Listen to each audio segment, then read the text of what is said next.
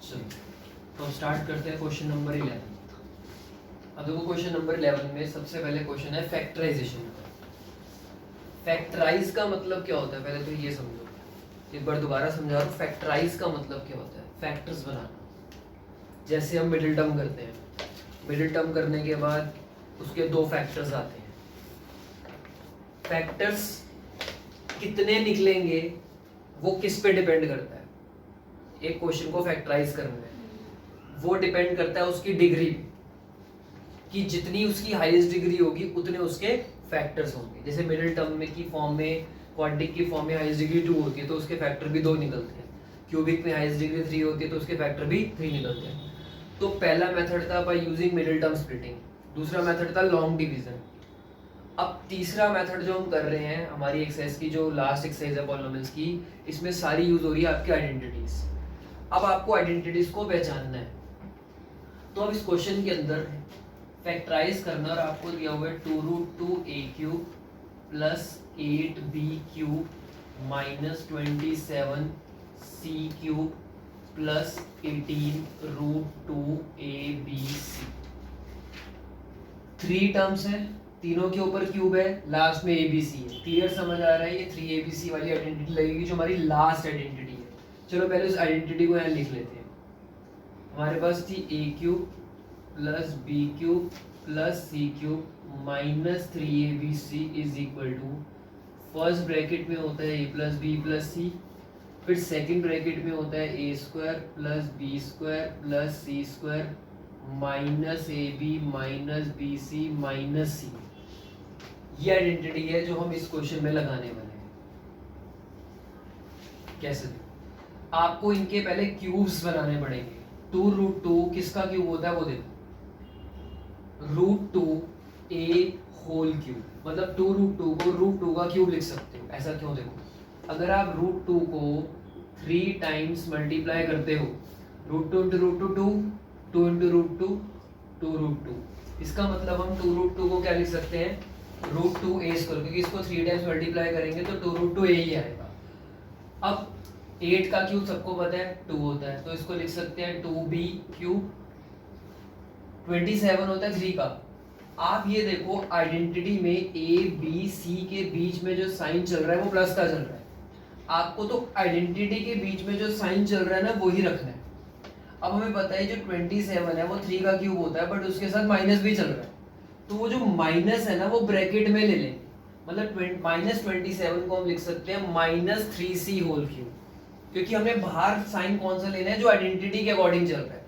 Minus का sign आपको bracket में लेके चलना है, क्योंकि यहाँ पे हमारी जो ABC टर्म बनेगी वो ये बनेगी। ये आपकी पूरी टर्म क्या है? A, ये पूरी टर्म क्या है? B, ये पूरी टर्म क्या है? C। मतलब क्वेश्चन में जहाँ जहाँ ABC है, A की जगह क्या आ जाएगा? √2 है, B की जगह आ जाएगा 2b, और C की जगह आप जो पुट करोगे वो माइनस 3c करोगे। अब आगे देखो, ये तो आपकी हो गई, ये चल रही है हमारी left hand side, -3 A B और C। अब देखो, ये आपकी पूरी लेफ्ट हैंड साइड हो गई, ये पूरी लेफ्ट हैंड साइड हो गई।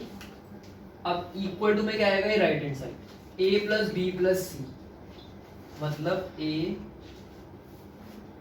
B plus C, but C हमारा माइनस में है, A plus B plus A², √2a का स्क्वायर, फिर प्लस b², फिर प्लस c², c हमारा नेगेटिव में है तो नेगेटिव में रहेगा, minus a into B, √2a into B, फिर माइनस, इसको ब्रैकेट में ले लो, minus bc, b into C, मतलब 2b इंटू सी, सी हमारा क्या? -3।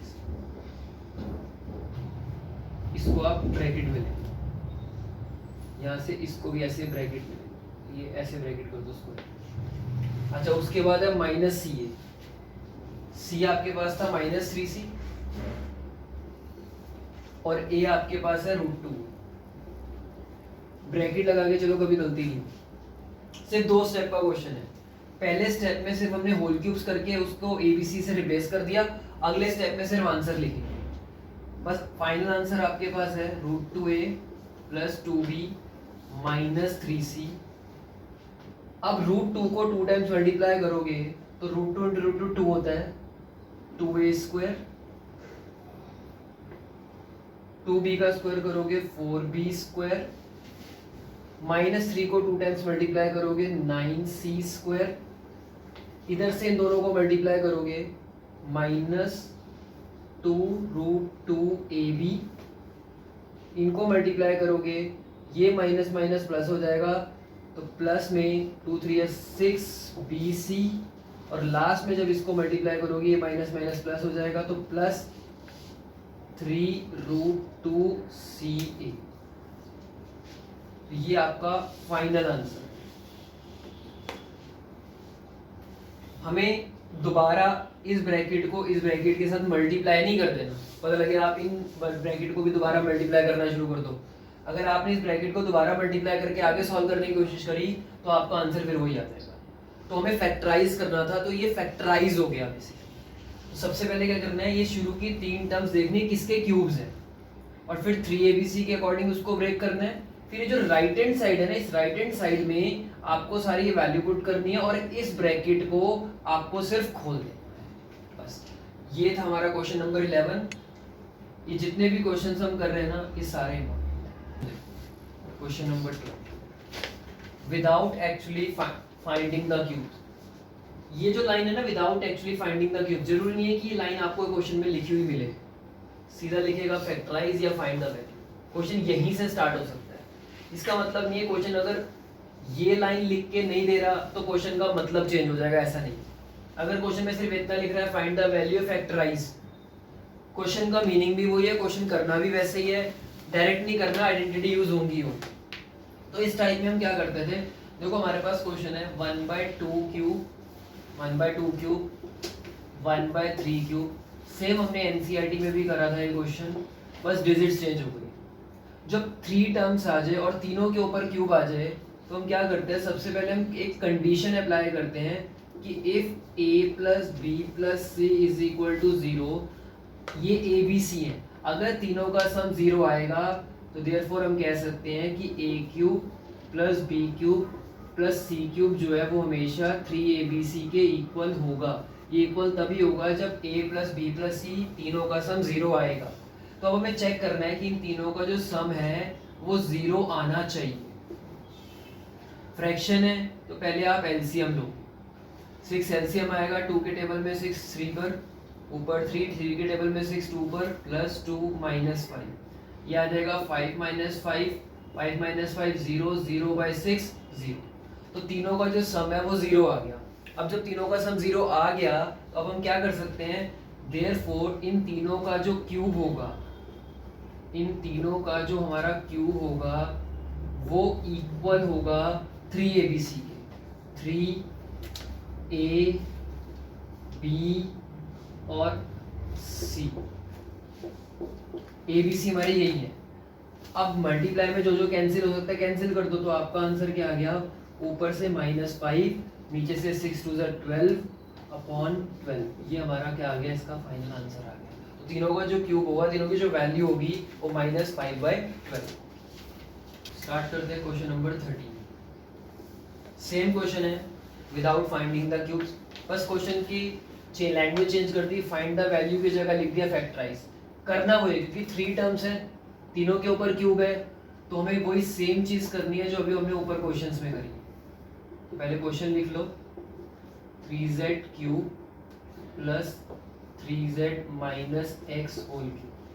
अब ये 3 टर्म्स है, तीनों के ऊपर क्यूब है, सेम चीज हमने अप्लाई करनी है कि इफ a + b + c = 0, ये हमारे तीनों a है, a b और c, यही हमारे abc है। तो तीनों का सम अगर 0 आएगा तो हम कह सकते हैं कि तीनों का जो क्यूब होगा वो 3abc के इक्वल होगा। तो हमें चेक करना पड़ेगा कि इन तीनों का जो क्यूब है वो 0 आना चाहिए। तो चलो चेक करते हैं। और ऐसे क्वेश्चन में ये चीज़ हमेशा याद रखना, जीरो आएगा ही आएगा। अगर नहीं आ रहा तो इसका मतलब आप लोगों ने क्वेश्चन में कोई ना कोई गलती करी है। तो ये इस टाइप के क्वेश्चन में 100% आएगा, तीनों का सम 0 आएगा ही आएगा। अब positive x negative x cut गया, 2y से 2y कट गया, 3y से 3z कट गया, मतलब सारे पॉजिटिव नेगेटिव कैंसिल हो गए, तो आपका आंसर 0 आ गया। तो देयरफॉर हम कह सकते हैं कि इन तीनों का जो क्यूब आएगा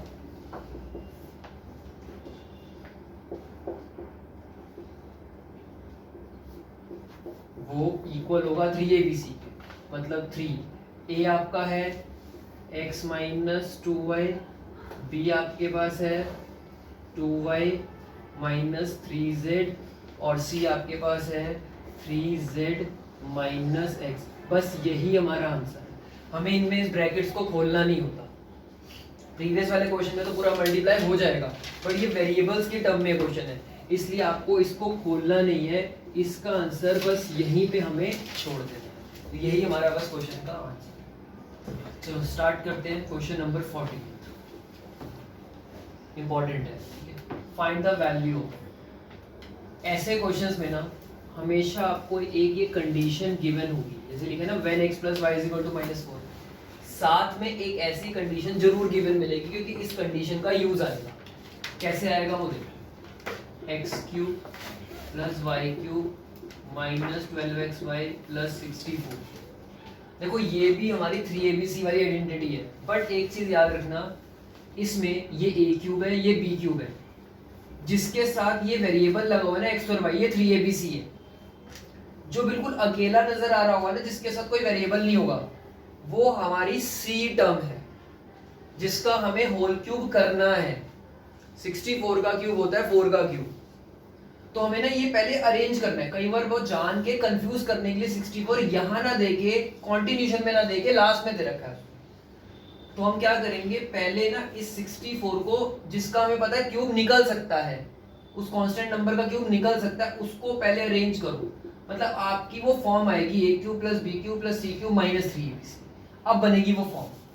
तो हम क्या कर सकते हैं, देखो x का क्यूब x³ रहेगा, y का क्यूब y³ रहेगा, 64 4 का क्यूब होता है, उसके बाद होता है -3abc। तो 12xy को हम ऐसे लिखेंगे, -3a हमारा यहाँ पे क्या है x, b हमारा क्या है यहाँ पे y, और c हमारा क्या है यहाँ पे 12। आप खुद देखो, जब आप इन तीनों को मल्टीप्लाई करोगे, 3 × x × y × 4, 12xy ही आएगा।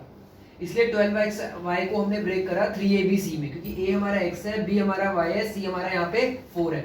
तो a³ + b³ + c³ - 3abc equal to में आइडेंटिटी क्या होती है, a + b + c। देखो एक ना आइडेंटिटी लिखने की आदत डाल दो, a³ + b³ आइडेंटिटी लिखनी हर क्वेश्चन में कंपलसरी है, क्योंकि आइडेंटिटी ना लिखने के मार्क्स कटते हैं। तो आइडेंटिटी हर क्वेश्चन में लिखनी है।